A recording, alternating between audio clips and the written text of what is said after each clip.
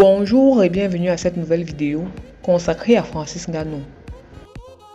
N'hésitez pas à liker la vidéo si elle vous plaît et si vous êtes nouveau sur ma chaîne, n'oubliez pas de vous abonner, d'activer la cloche de notification, de cliquer sur l'option toutes pour ne manquer à aucune de nos prochaines vidéos. La vie de Francis Ngannou a tout l'air d'une success story. C'est l'histoire d'un jeune homme qui n'a pas eu beaucoup de chance dans la vie, mais qui ne s'est pas résigné, qui s'est permis de rêver. Je combats contre un sort qui m'était destiné, une situation à laquelle j'étais condamné, résume le sportif à la carrure de Colosse, 1,93 m contre 113 kg qui lui vaut son surnom. Né en 1986 et issu d'une famille pauvre, Francis Ngannou passe son enfance à Bathie dans le nord-ouest du Cameroun. Il y abandonne rapidement le collège et enchaîne les petits boulots pour survivre, en travaillant dans une carrière de sable ou comme conducteur de mototaxi.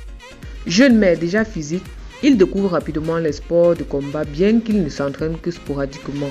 Il est cependant sûr qu'il en fera sa vie et en l'absence de perspective dans son pays, il s'exilera à l'âge de 22 ans. En 2013, il arrive clandestinement en France. Sans domicile fixe et sans papier, il dort un temps dans les rues de Paris avant de faire des rencontres qui lui permettront de poursuivre sa carrière dans les arts martiaux. Fernand Lopez, tenant de la MMA Factory, club référence de la discipline en France dans le 16e arrondissement de Paris, est le pionnier de ce sport de combat devenu légal seulement en 2018 dans l'Hexagone. Quand il voit Francis Ngannou passer les portes de sa salle, il sait qu'il en fera un champion. 2 ans plus tard, mission réussie. Le prodigue décroche un ticket pour accéder au championnat de l'UFC, équivalent de la NBA pour le MMA. Lors de son premier match, Francis Ngannou se fait remarquer par un KO de son adversaire dès le premier round. Dana White, le patron de l'UFC, est en bord de cage. Il filme la scène.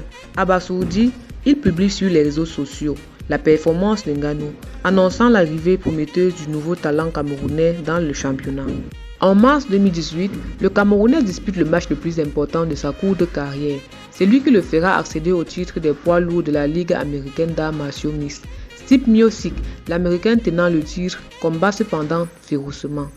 Ngannou lui inflige un enchaînement droite-gauche pleine face, sur quoi il lui assène une série de coups de près avant de l'achever en contre d'un gros jab du gauche. L'arbitre inflige une lourde sanction à l'américain et désigne Ngannou vainqueur. Il devient alors le premier africain à obtenir cette consécration mondiale dans la plus prestigieuse des ligues, l'UFC.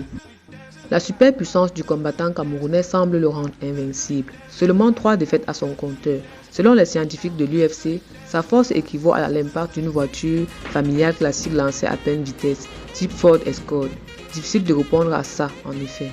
Patient et plus puissant, le Camerounais Francis Ngannou a montré qu'il restait le meilleur chez les lourds en conservant son titre de champion du monde de l'UFC, au détriment du Français Cyril Gane. L'ascension de Ngannou ne s'est cependant pas fait sans grabuge. Après sa deuxième défaite, il décide de se séparer de Fernand Lopez. C'est lui qui l'a pourtant amené à la discipline. L'accusant de vouloir prendre la lumière à sa place, Ngannou décide donc de trouver un autre coach. Le salaire de Ngannou est estimé à 792 000 $. Laissez-nous en commentaire le nom de celui contre qui le combat avec Francis Ngannou vous a le plus impressionné.